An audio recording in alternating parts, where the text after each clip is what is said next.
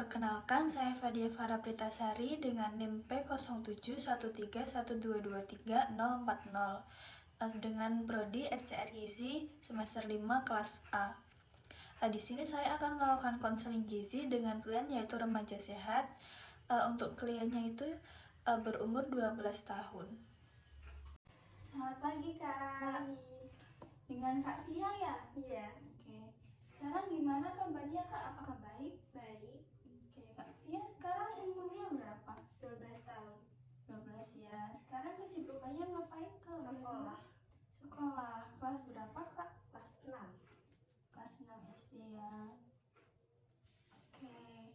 Jadi nanti di sini kita akan melakukan konseling ya, Kak. Paling sekitar 15 menitan. Nanti konselingnya seputar bertanya mengenai asupan makannya Kakak, lalu apakah ada salah dengan asupan makannya Kakak dan lain sebagainya gitu.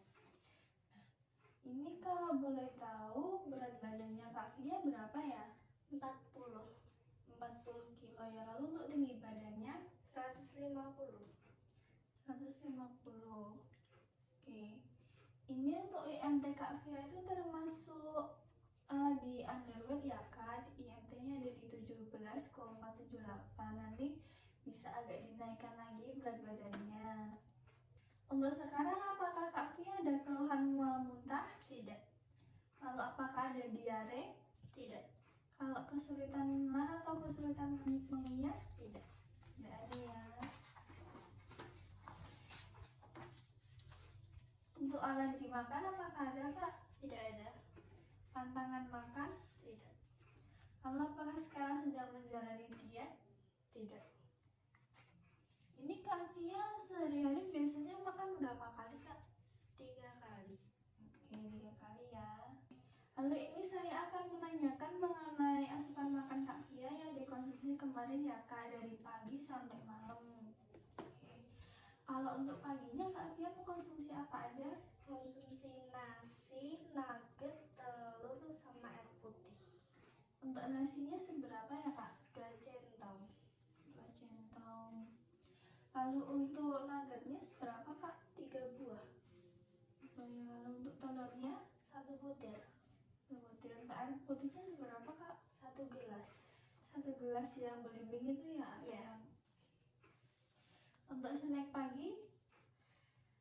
Paginya nasi, ayam geprek. Untuk nasinya seberapa Kak? 2 centong. Oke. Lalu untuk ayam gepreknya seberapa?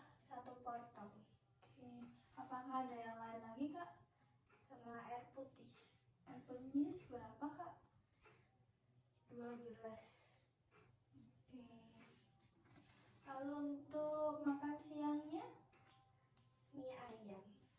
Mie ayamnya seberapa ya Kak? 1 porsi. 1 porsi. Lalu apakah ada lagi? Sama air putih. Air putihnya berapa gelas Kak? 1 gelas. Oke. Kalau untuk snack sore apakah mengkonsumsi? Tidak. Kalau makan malamnya? Nasi sama lele goreng.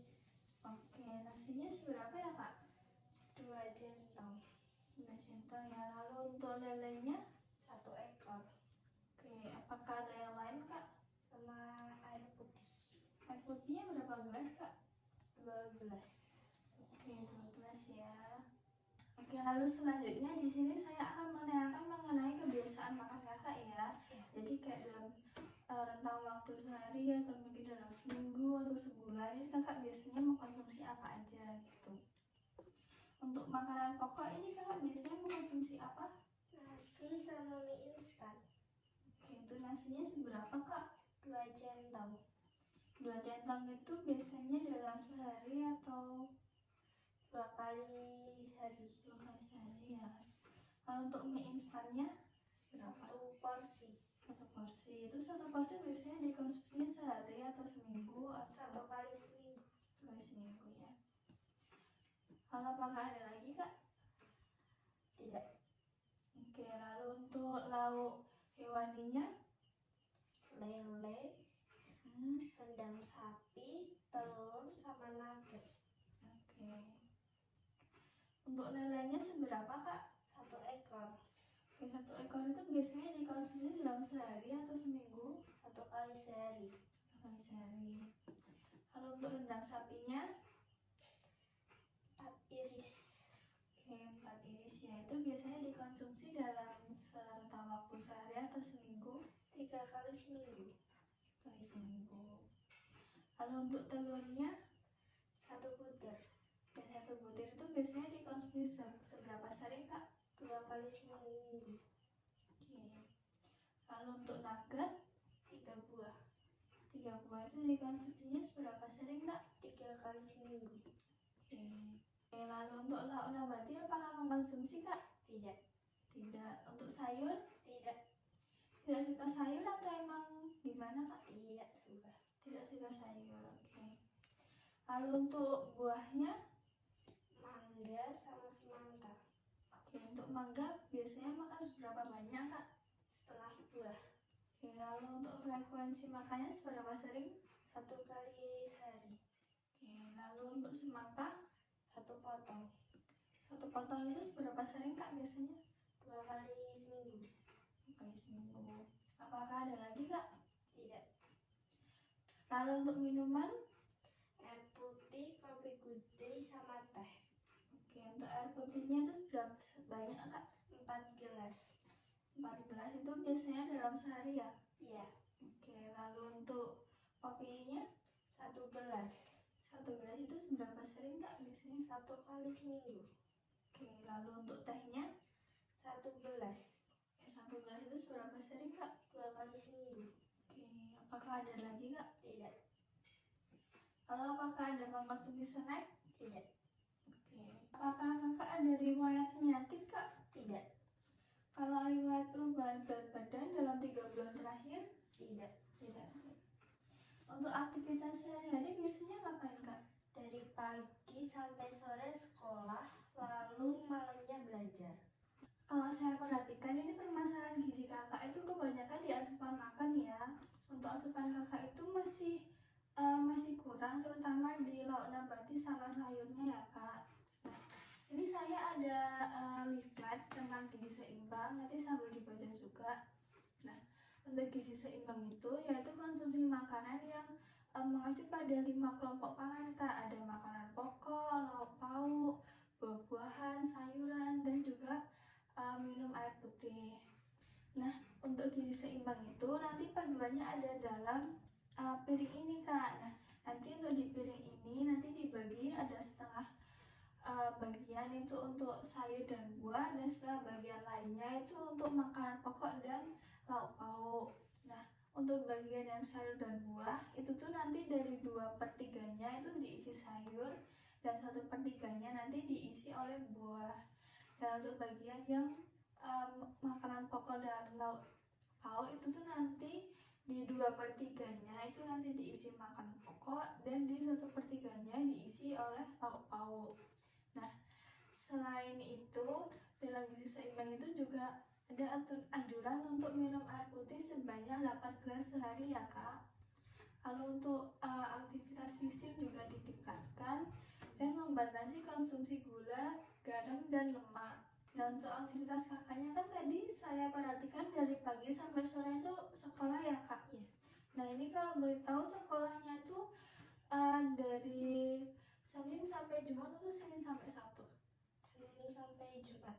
Nah, karena sekolahnya tuh hanya Senin sampai Jumat, di Sabtu sama Minggunya itu nanti bisa dipakai untuk beraktivitas fisik seperti melakukan jogging atau bersepeda kayak gitu, Kak.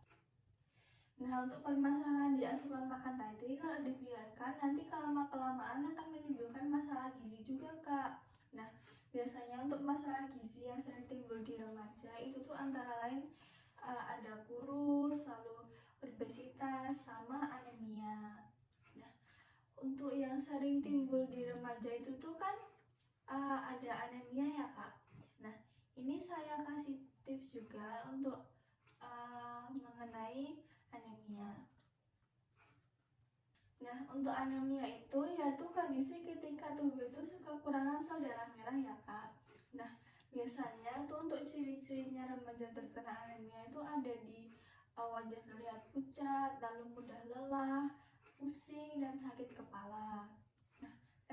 remaja itu sering banget mengalami anemia karena remaja itu kan mengalami menstruasi ya Kak. Saat menstruasi itu kehilangan banyak darah. Nah, oleh karena itu perlu untuk menunjang asupan untuk mengganti darah yang hilang itu, yaitu dengan asupan gizi yang cukup dan mengkonsumsi zat besi ya Kak. Nah, tips biar gak anemia itu tuh makan makanan yang tinggi protein dan kaya zat besi. Jangan lupa untuk makan buah dan sayur juga.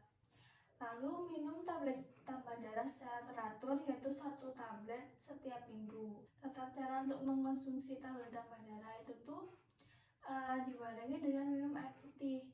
Dan saat supaya penyerapan tablet tambah darahnya lebih efektif, bisa sambil minum jus jeruk atau enggak makan jeruk kayak gitu. Nah, saat mengkonsumsi tablet tambah darah itu tuh jangan dibarengi dengan teh, kopi, atau susu karena akan menghambat penyerapan zat besi. Nah, penting banget nih untuk remaja itu untuk membiasakan mengkonsumsi makanan yang dengan gizi seimbang seperti yang sudah saya jelaskan tadi, dan biasakan untuk mengkonsumsi makanan yang beraneka ragam supaya tidak cepat bosan.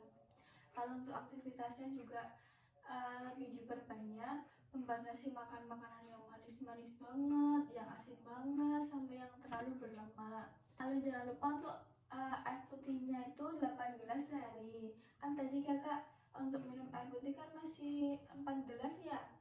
Nah, itu bisa ditingkatkan lagi di 8 gelas sehari. Lalu juga untuk pemilihan bahan makanan itu hindari makan makanan yang banyak pengawetnya kan, karena kan tadi kakak sering mengkonsumsi nugget ya. Nah, nugget itu kan lumayan banyak pengawetnya. Nah, bisa mulai dikurangi dari saat ini. Dari yang sudah saya jelaskan tadi, apakah ada pertanyaan Kak? Tidak. Oke. Nah, untuk mengecek pemahaman, bisakah kakak ulangi dari yang sudah saya jelaskan tadi? Bisa. Oke, dari yang sudah saya jelaskan tadi apa aja Kak? Makan makanan seimbang, minum air putih, minum tablet tambah darah, sama meningkatkan aktivitas fisik. Oke, betul sekali ya Kak. Nah, untuk itu nanti kita bisa sama-sama untuk mengecek perkembangannya ya Kak. Nah, bisa nanti kita mengagendakan pertemuan untuk konseling lagi di bulan depan. Oke. Untuk konseling saya cukupkan sampai di sini. Terima kasih ya Kak. Iya, sama-sama. Jadi permasalahan gizi yang dialami oleh klien saya tadi yaitu dia memiliki permasalahan IMT di bawah normal, yaitu di 17,78 dan termasuk dalam kategori underweight. Dan klien saya mengalami permasalahan lainnya yaitu asupan makannya termasuk kurang, terutama di lauk nabati dan sayuran, karena klien saya tidak menyukai sayur sama sekali. Lalu untuk di pemilihan makanan, klien saya itu memiliki banyak pemilihan makanan yang salah, terutama di makanan-makanan yang mengandung banyak pengawet dan natrium. Contohnya ada di konsumsi mie instan dan di konsumsi nugget. Padahal untuk konsumsi dua makanan tersebut itu termasuk ke dalam kategori sering. Oleh karena itu saya menyarankan kepada klien saya untuk mengurangi asupan makan yang memiliki banyak pengawetnya. Lalu untuk klien saya juga aktivitas fisiknya itu kurang, karena sehari-hari itu aktivitasnya hanya berangkat sekolah dan malamnya belajar. Oleh karena itu saya menyarankan untuk setiap Sabtu dan Minggu klien saya menambah aktivitas fisik seperti jogging ataupun bersepeda. Saya juga memberikan leaflet gizi seimbang kepada klien dan menjelaskan mengenai gizi seimbang itu seperti apa saja. Kemudian saya juga menjelaskan bahwa di remaja itu rentan untuk mengalami masalah gizi anemia. Oleh karena itu, saya menyarankan untuk rutin mengkonsumsi tambah darah, dan saya juga menjelaskan tata cara untuk mengkonsumsi obat tambah darah seperti apa. Sekian untuk video konseling saya kali ini. Apabila ada salah perkataan ataupun salah dalam cara mengedukasi, saya mohon maaf. Wassalamualaikum warahmatullahi wabarakatuh.